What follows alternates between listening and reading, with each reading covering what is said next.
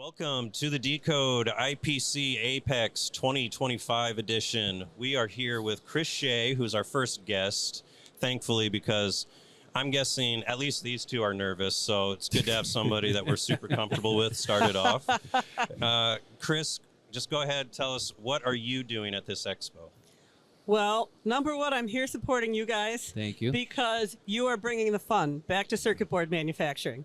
When I was a process engineer, we had so much fun on the shop floor, figuring out ways to fix things and what we were doing wrong and what we were doing right.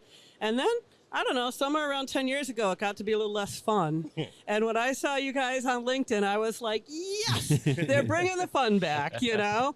So, hence the tie-dye sunglasses. Yeah. I guess we can take them off now and look each other in the eye. That's fine. Yeah, it's good. It was good. I like it, though. These are a courtesy of There'll Shea be a Engineering. badge of honor for people when Yes. walking around the floor. And I want to celebrate you two in particular, because you remind me of my favorite cartoon characters. Beavis Can and Butthead. everybody see the socks? So- The yeah, Beavis and yeah, Butthead that's socks. Oh, Right? I accept that. That's good. I'm That's the good. blonde one, obviously, Yeah, because yeah, of spiky hair. Right? Yeah. When I see you two on split screen, I see two of my favorite characters. Everybody Sean, always. can you go? You know how hard it's been to keep that under wraps? Because I've Oh known my about God. that for about Really? a month and a half. Oh, Wow. Yes. that I she was knew gonna that the do socks this. were going to come, so I didn't Yes. want to let the cat out of the Wow. bag. It's Yeah. been hard. That is impressive, because I talk to this guy That's like commitment. 80 times a day. He's Yeah, I really he's do. held it under wraps for a while. He's a Wow. good secret What keeper. else are you That's keeping been for in the him? vault. Actually, Time will Are tell. you secretly an EMS company, too? we're gonna have to take this conversation off the pod later to figure out what he's actually got going on. But after. And I know Paul will edit that out, okay? Yeah, we'll need him to. He says no. So, Chrys, we have some fun questions here, I guess, that are help sort out, I guess, what you bring to the industry, which is a ton. So, like, what would you say? What trends do you see shaping process engineering in the future? The trends I see shaping process engineering: miniaturization. Sure. I'm hoping reshoring, because we've All of us really hope lost for that. a lot Yeah. of talent and tribal knowledge over a 20-year gap.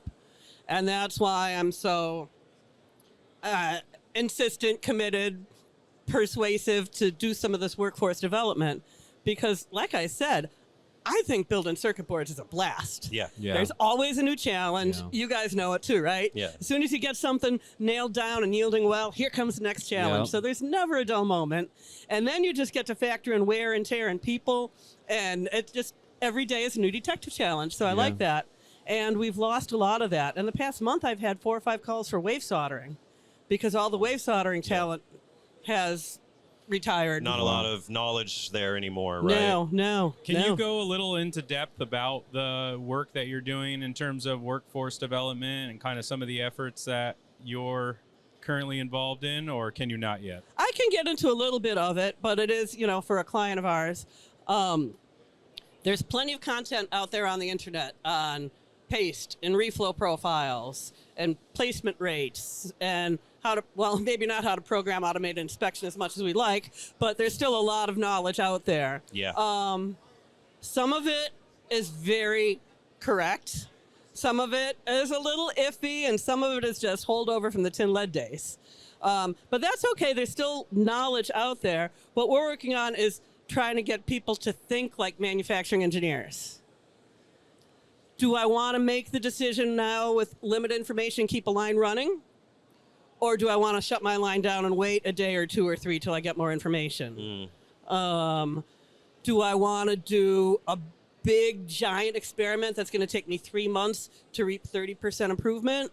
Or do I want to do something this week where I can get 10% improvement? And that's the difficult part, because especially from your standpoint, and from my and I think everybody's here, is like, we love improving the process. Like, we understand this is going to take work up front, but yeah, that 30% might not make it on that paper, like return on investment, but to your next job, right? Maybe you can apply some of that knowledge that you've used in that one to do your next one. And it kind of hurts that it's all about the dollar, but it seems like in order to get into these work where you're having so much work in there, you don't have time to do any process changes to it. No, that's absolutely true.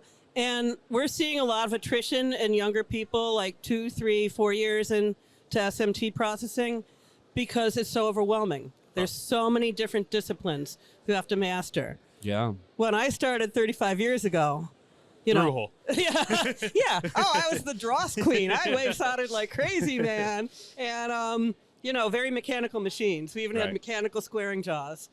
We had no such thing as solder paste inspection, automated optical inspection, X-ray inspection. And so now we're bringing all these different disciplines in. Right. And your standard mechanical engineer getting out of college doesn't have all that bandwidth. So one of the things I'm working on with our friend Bill is a sort of a chart where on one end, it's, do you want to have your hands on a machine? And on the other hand, would you rather have your hands on the keyboard? You know, are you hands-on or more Right. keyboard-oriented? And on this axis, we have, do you like to follow all the rules, or do you like to question all the rules? So, like, you know, if you're a placement guy, you got to be hands-on rule following, yeah. right? Right. If you're a reflow guy, you got to question those rules because there's always there's printing, there's always something squirrely coming up. Yeah. And so, you know, if you're an X-ray guy, well, you better not have your hands in the machine when the X-ray is on. So Right. you're definitely behind the keyboard guy. So that's how we're trying to at least help guide people into the first process they learn is one that they're passionate about.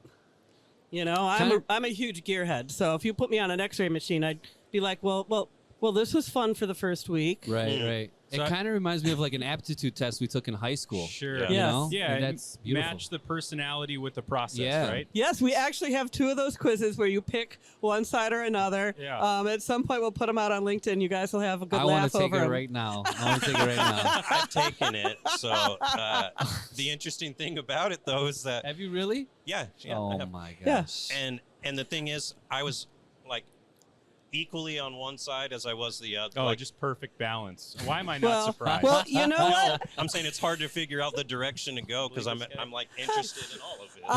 I do, because a lot of people were like, "Oh, I'm balanced right down the middle," and people who took it in a room where their boss was answered the way they thought their boss would want to see it, Yeah. and I was like, "No, you're really not like that." So we made it harder.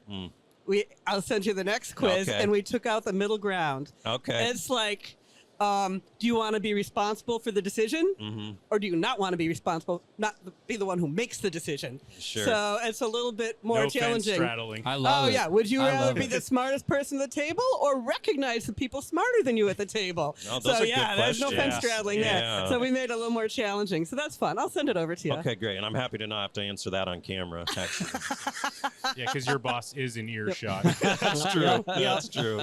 So now, can we talk about something I want to pitch for a minute? Go ahead. Absolutely. Why not? Absolutely. Oh, this thing. The SMTA test Challenge board? boards. Okay. Yes. This board was developed back in 2017, 2018. It For looks like testing such solder a paste. beast. It was developed in conjunction with Henkel, and it was to help streamline the solder paste test process. It Higher? solder paste is pretty complicated. There's like 25 different properties you have to look at, and a lot of people are afraid to change solder paste because it's intimidating. There's Sure. a lot of factors. What if you pick the wrong one, and you know it ends up causing yield issues on your lines? So we tried to make it easy. So this You nests call this in. easy? Yeah, what do you mean you What do tried to make Well, it this easy? is the easier I- version. This is 2018. Okay. This is 2024. Okay. I was like, So- what exactly is easy about that? Oh, yeah. Well, that's what miniaturization looked like in 2018. This is what it looks like in 2024. Yeah. So, we're rolling that back out. Oh, It I came want out to in go back to 2018. 2018. Look at this. Look how much nicer. Oh man, and that's the hard thing from back then. Yeah, that's the easy one. I picked the wrong year to start. Yeah, right. So that board, because now we're doing a lot of paste qualifications again. We've got low temp paste being qualified. We got high rel paste being qualified. We got type 5 paste being qualified. So that board used to just have a lame little page on my lame little website. It's getting its own website, smt-testboard.com. Love Sweet. it. And all the information on it's going to be on the website. And all the experiments that you can run with it will be downloadable from the website, so you can go step by step through your paste selection or your underwipe or your stencil selection. Nice. So we're going to put all the tests that we've run on it up there and then try to do like a fresh DOE every other month, because I know once a month is like impossible. But I don't know how you guys post every day. I can't come out with one column a month. Never mind. It's hard. You know? Yeah. It's not for the week. No, it's not for the week. But anyway, you'll see a lot true. more about that coming up. Because, like I said, it's going to get some web page. And the follow-on is the Ultra HDI test board, which is absolutely, I made it about as miserable as I could. Yeah. Awesome. And then I trotted it out to some of my colleagues and got input to make it even more miserable.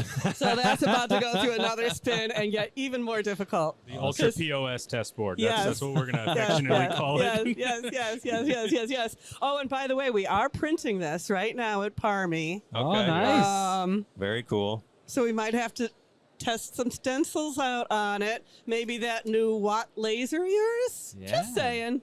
We will, we're going to have some fun. We're going to have a lot of fun. Well, talk about fun. This was a blast. Thank you so much, Chrys, for starting us off. Thank you, guys.